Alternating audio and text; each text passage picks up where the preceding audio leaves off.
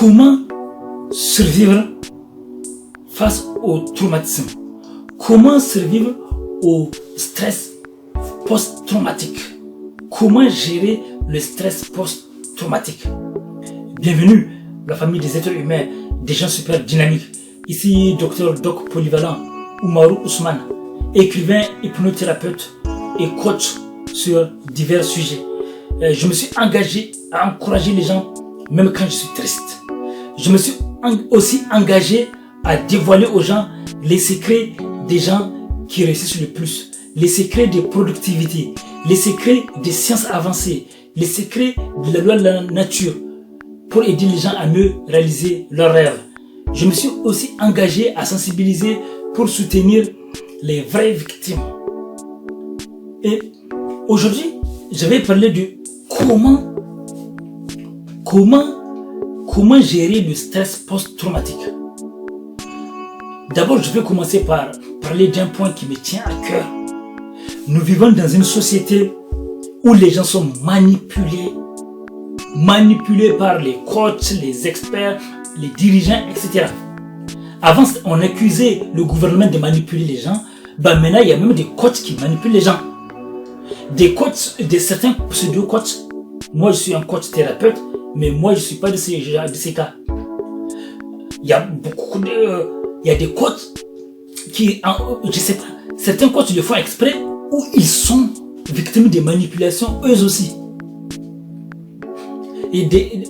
Maintenant, les gens ont peur de dire qu'ils sont victimes de quelque chose. Les gens ont presque peur. Or, il n'y a aucun mal, il n'y a aucune honte à être victime.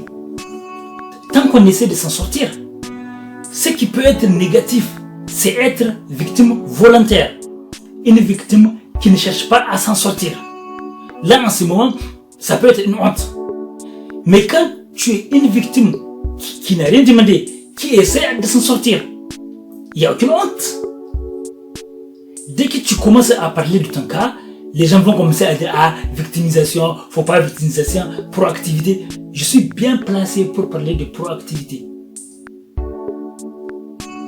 Et en tant que fondateur des associations de soutien aux victimes, je vois des cas, et même des vraies victimes. Des vraies victimes maintenant ont peur de parler. Quand je parle des victimes, je parle des victimes de tout.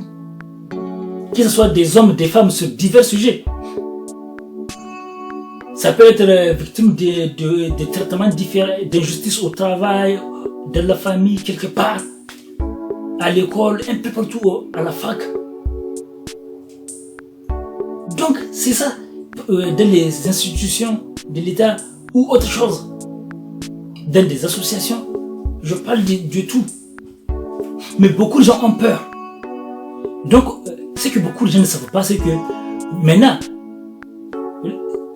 les neurosciences, les sciences avancées, les neurosciences, l'épigénétique, etc., la physique quantique, ont démontré que ce qui se passe laisse des traces, laisse des séquelles.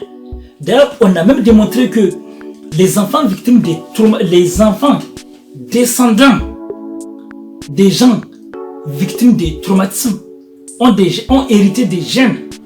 Imaginez des enfants et des petits-enfants qui héritent des gènes, des malformations et des gènes issus de leur grand-père qui a été victime de traumatisme. Ça peut être traumatisme de guerre, traumatisme de discrimination, traumatisme d'agression, etc. Donc, c'est pas tellement psychologique. Beaucoup de gens pensent que c'est psychologique, il faut penser positivement. Non! Il y a des circuits, il s'est créé des circuits dans votre cerveau. Il faut effacer ces circuits. Il y a des réseaux neuronaux. Il faut changer ces connexions neuronales. Dans votre gène, il faut changer, il faut activer les gènes positifs. Les gènes qui sont favorables au positif. Il faut agir. Grâce à l'épigénétique, nous avons compris que même si nous avons hérité des gènes négatifs, on peut agir là-dessus. Donc, il y a le fait d'être victime du traumatisme ne veut pas dire que c'est foutu, on ne peut rien faire.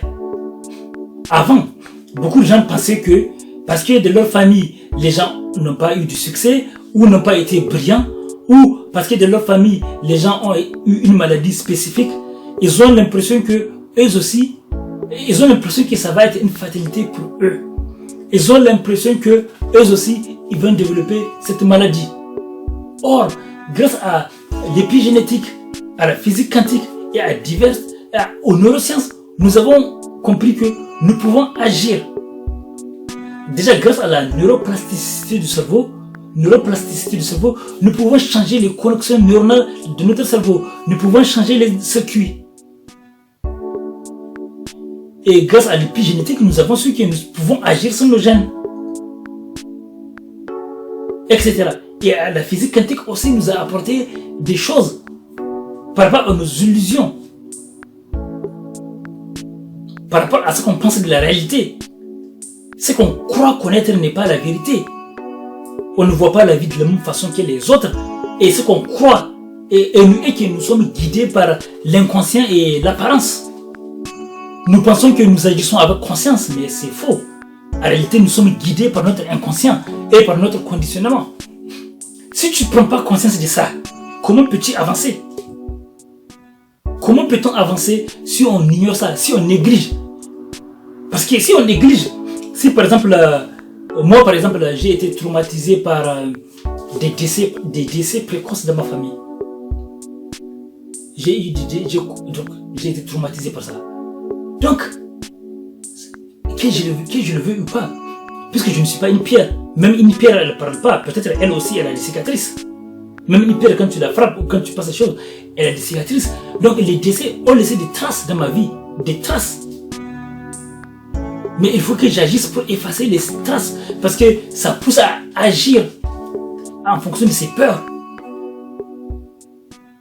Les décès précoces, ça ne fait pas de moi une victime. Ça ne m'a pas empêché de réussir mes études et ma vie. Ça ne m'a pas empêché de réaliser mes rêves. Et pourtant, je peux reconnaître que j'ai été victime de ces situations. Mais j'ai agi. Une personne proactive peut être victime de quelque chose. Mais à la différence des personnes réactives, une personne proactive, elle avance, elle agit. Elle ne dit pas c'est fini, c'est foutu, je ne peux rien faire. Elle agit. Donc si vous voulez vous libérer des traumatismes du passé, dont vous avez été victime, on a démontré que même le fait d'être présent pendant que ses parents se disputent ou se plaignent peut traumatiser un enfant. Il y a des gens de leur famille, moi j'ai eu la chance que dans ma famille c'était pas le cas. Dans ma famille c'était pas le cas. Nos parents ne se disputaient pas, c'est une chance. Ou bien du moins ne se disputaient pas devant nous, donc c'était une chance. Mais il y a des familles où leurs parents se disputaient devant eux. Et ça laisse des traumatismes. Il y a des anciens experts, des experts reconnus qui ont reconnu que le simple fait d'assister à des disputes des parents ou à des parents qui se plaignent peut avoir des conséquences traumatiques pour un enfant. C'est comme une agression.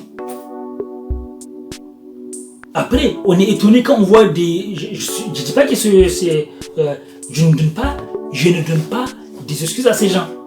Mais parfois, on voit des comportements bizarres de la société. On se demande comment ça s'est arrivé. Mais on oublie qu'il y a des gens qui ont été traumatisés et qu'on a négligé ces traumatismes. On doit agir. Donc déjà, il faut prendre conscience. Quand on a vécu une expérience traumatique, mieux vaut voir un thérapeute. Faire les points avec un thérapeute. Ou un coach. Moi d'ailleurs, je vous recommande toujours les thérapeutes ou les coachs qui osent vous donner des conseils. Je ne suis pas d'accord avec la thérapie des gens qui disent que soi-disant ils ne donnent pas de conseils. Non. À quoi ça sert? Ils aident juste, soi-disant, ils aident les gens juste à se poser les questions. Maintenant, il y a des gens, déjà ils doivent connaître leurs patients ou leurs clients. Il y a des gens qui ont besoin de conseils. Puis il y a des gens qui ont besoin d'être écoutés. Il faut savoir que certains se basent sur la psychothérapie du passé. au temps des ancêtres, il y avait certaines thérapies qui n'osent pas donner des conseils aux patients. D'ailleurs, moi, ça fait partie de l'une des raisons pour lesquelles je me suis engagé à fond dans la thérapie. Parce que moi, je n'hésite pas à donner un conseil. Mais un conseil bien réfléchir. J'ai confiance en moi, à mes conseils. Donc, je donne un conseil. Parce que je suis pas seulement thérapeute, je suis aussi coach. Donc, comme on dit, il y a plusieurs écoles en thérapie. Il y a des gens, eux, tout ce qu'ils disent, ils ne vous donnent jamais de conseils. Il faut que vous écoutez. Parce que eux, ils appliquent une ancienne thérapie qui avance que, soi-disant, certains patients ont juste besoin d'être écoutés. Mais il y a des patients qui ont besoin de plus. J'ai même vu des témoignages des patients qui disaient que eux, ils étaient tellement déçus par leur thérapeute que s'ils savaient, ils auraient dû poser la question à un perroquet. Non, pas à leur chat. À leur chat. Ils regrettent d'avoir été chez le thérapeute et se disent qu'ils auraient dû poser la question à leur chat. Parce que le thérapeute, il est là à dire, il dit rien. Il se dit qu'il utilise l'ancienne thérapie, une ancienne thérapie qui consiste à écouter, qui consiste à croire que le patient a juste besoin d'être écouté. Ou bien à l'inciter à se faire se poser des questions. Non, rien ne t'empêche de dire certains conseils. Si tu vois que ça va pas, tu vois que la personne est victime des manipulations, tu peux te baser, tu dis que si je me base sur ces principes, je peux dire que ça sent pas bon. Ou bien, tu peux garder espoir avant que le pire arrive. Donc il y a une responsabilité aussi dedans. Donc n'hésitez pas à parler à des thérapeutes qui vous écoutent. À des thérapeutes qui vont écouter, pas à des gens qui vont vous condamner. Dès que vous leur parlez de votre traumatisme, ils vont vous critiquer, vous êtes victimisation. Non. Laissez-les, un jour ils vont comprendre. Un jour ils vont être victimes et ils vont comprendre. Et demandez-leur de regarder cette vidéo. Maintenant, nous sommes dans une société où ce ne sont pas seulement les dirigeants qui manipulent. C'est pas seulement Avant, on accuse le gouvernement de manipuler les peuples. Mais maintenant, c'est même des coachs, des gens entre eux qui se manipulent. T'as pas le droit de dire que tu es victime. Ça, c'est quoi? Il n'y a aucune honte à être victime. Ce qui peut être honteux, c'est être victime volontaire, qui ne veut pas s'en sortir. Une victime qui choisit d'être victime. Mais il n'y a pas de honte. Même les grands dirigeants n'ont pas honte à dire quand ils ont été victimes de quelque chose. Il n'y a que les gens qui n'ont pas pris conscience de ces concepts, qui se laissent manipuler, berner. Du coup, ils sont victimes et ils se taisent. Moi, comme je vous ai dit, j'ai vécu des traumatismes, des décès précoces de ma vie. Des décès précoces. Même depuis que j'étais très jeune. Donc, avant même d'être adulte. Donc, ça m'est arrivé de voir un thérapeute. Et le thérapeute, il ne m'a pas du tout écouté. Ça fait partie aussi des raisons qui m'ont poussé à vraiment devenir thérapeute. Parce que je ne sais pas ce qu'il a fait pour moi. Tout simplement. C'est tout. Ça fait partie des raisons qui m'ont poussé à devenir thérapeute. Parce que je sais que je peux aider plus que ce gars. Et j'entends beaucoup de thérapeutes que je sais que je peux aider plus que ces gens. J'ai l'impression que je pouvais aider. Parce que aider le cœur. Aider avec cœur, c'est la plus grande motivation. C'est beaucoup plus efficace qu'aider avec quoi que ce soit. Avec les théories. Donc, consultez des gens qui vont vous écouter. Renseignez-vous sur les conséquences du stress. Voyez des coachs, des experts comme moi, des experts, des coachs qui comprennent ça. Avec qui vous pouvez travailler sur les traumatismes. Il y a des experts qui sont spécialisés là-dessus. Écoutez des associations qui vont vous aider à vous en sortir. Non pas pour rester, mais vous en sortir. Gérer la situation. À bientôt la famille des êtres humains, des gens super dynamiques.